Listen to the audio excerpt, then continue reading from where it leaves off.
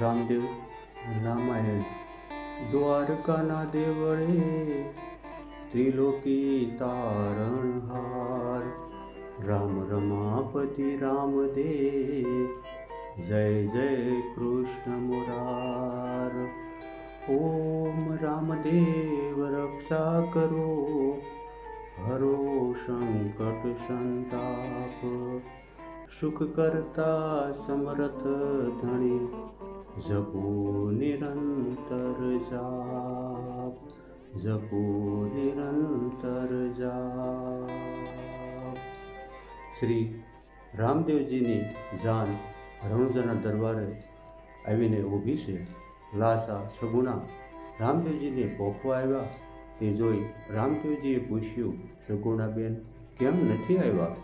બાઈ, સગુણાનો કુંવર બીમાર છે એટલે તો તેના બાળકની સારવારમાં રોકાય છે। લાસાએ કહ્યું, સગુણાબેનને તેડી લાવો, મારે એમના હાથે મંગલ તિલક કરાવવું છે। તમે તો 8 દિવસ લગ્નમાં રહ્યા છો, પરંતુ સગુણાબહેન તો જાન જવાના દિવસે આવ્યા છે। તેઓ જાનની સાથે પણ આવી શક્યા નથી, માટે આ લાવો તેમને લેવા દો। રામદેવજીના આગ્રહથી લાસા સગુણાને તેડી લાવી। બહેન, આ આનંદના પ્રસંગમાં આવા જૂના વસ્ત્રો કેમ પહેર્યા છે? શું તમને આનંદ નથી થતો? રામદેવજીએ કહ્યું, સગુણા રામદેવજીના પ્રશ્નનો ઉત્તર આપી શકી નહીં। તેની આંખોમાં આંસુ આવ્યા। તે જોઈ રામદેવજી બોલ્યા, સાસુરે બોલો ને મારી બેનડીજી, અને મનડા સાને રે ઉદાસ। સાસુરે બોલો ને મારી બેનડીજી રે। જૂના રે વસ્ત્ર સિદ્ધ ધાર્યા નથી, તમ અંતરે આનંદ કે ઉલ્લાસ? આવી રીતે રામદેવજી પૂછી રહ્યા છે। રામદેવજીને સમજાવવા સગુણાને બહાનું કાઢ્યું કે ભાઈ, મારા શણગાર અને દાગીના અને વસ્ત્રોની પેટીની પૂછી હું પિંગલગઢમાં ભૂલી ગઈ છું, એટલે મેં આ જૂના વસ્ત્રો પહેર્યા છે। બેન સગુણા, જૂઠું ના બોલો। તમે વગડામાં લૂંટાયા ત્યારે લૂંટારા પાસેથી માલ લઈ તમને આપતી વખતે મેં જ પેટીઓ ખોલીને તમારા વસ્ત્રો જોયા હતા। માટે જાઓ, મહેલમાં જઈ શણગાર સજીને આવો। સગુણા ખીન હદીએ રાજમહેલમાં જઈ નવા વસ્ત્રો ધારણ કરી આવી। રામદેવજીને મંગલ તિલક કરવા જતાં સગુણાની આંખમાંથી આંસુની ધારા વહેવા લાગી। રામદેવજીએ તેને તિલક કરતા રોકીને પૂછ્યું, કોણે રે દુભાવ્યા બેનડીના દિલડાજી રે, અને સાને આસુડાની ધાર? કોણ રે વસન કડવા કાઢ્યાજી રે, અને જૂઠો વધશો નહીં રે લગાર?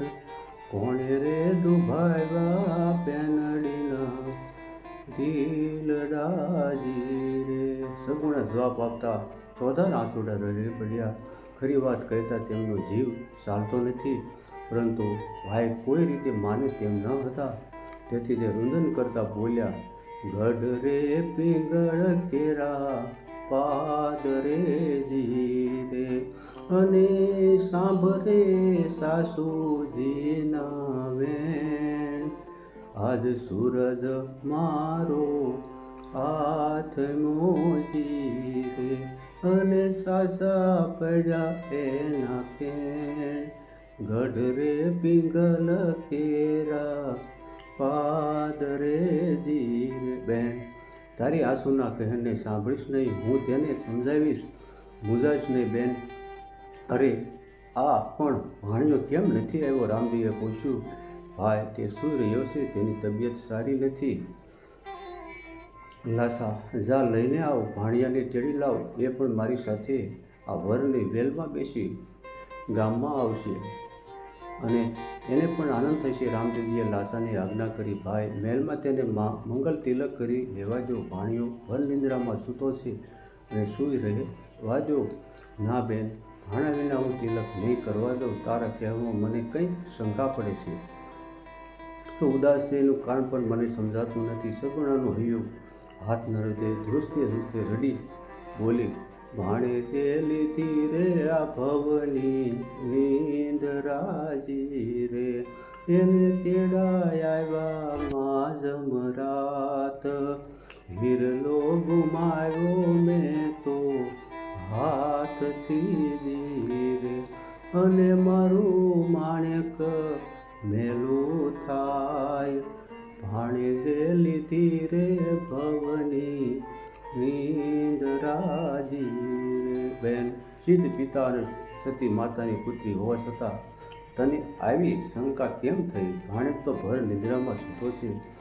જૂઠું રે નવ બોલો મારી બેનડીજી રે, ભાણેજ તો સૂતો નિંદરમાય, મંગળ પ્રસંગે તમે આવ્યાજી રે, અને એમાં વિઘન કેમ થાય? જૂઠું રે નવ બોલો મારી બેનડી રે. બેન, ભાણેજ તો ભર નિંદ્રામાં સૂતો છે, ગભરાઈશ નહીં, તેને જગાડું છું. આમ કહી રામદેવજીએ ભાણેજને સાદ દીધો.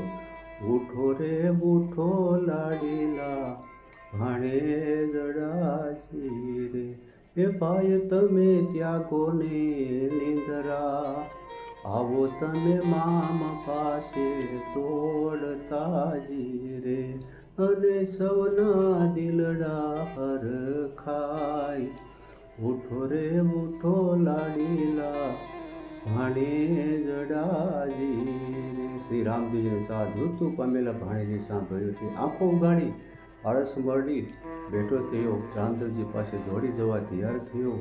માતા મિલડ દે અને દાસ દાસીઓ આ અજાયબી ભર્યું દ્રશ્ય જોઈ ઘેલા બની ગયા.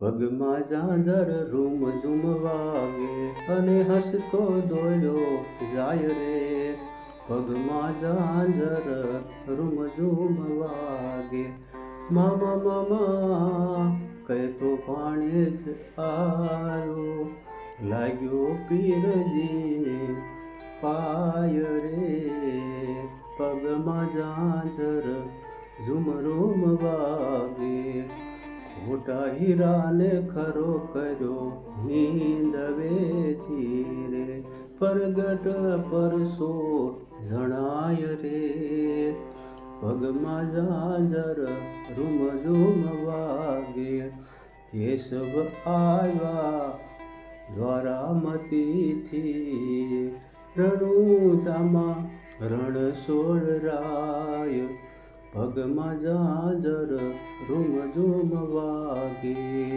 પ્રગટ પૂરે પરસા રામદેવજી,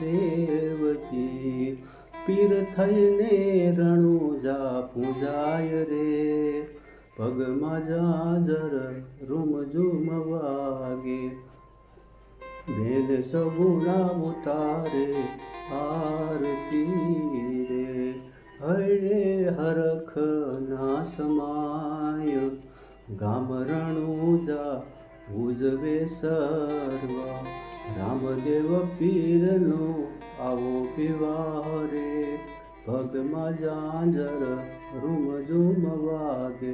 રણુજામાં આનંદ ઉત્સવ થઈ ગયો. સગુણાને પિંગલગઢમાં જવાનું માંડી વાળી સદાને માટે રણુજામાં રહેવાનું નક્કી કર્યું. બોલો રામદેવજી મહારાજ.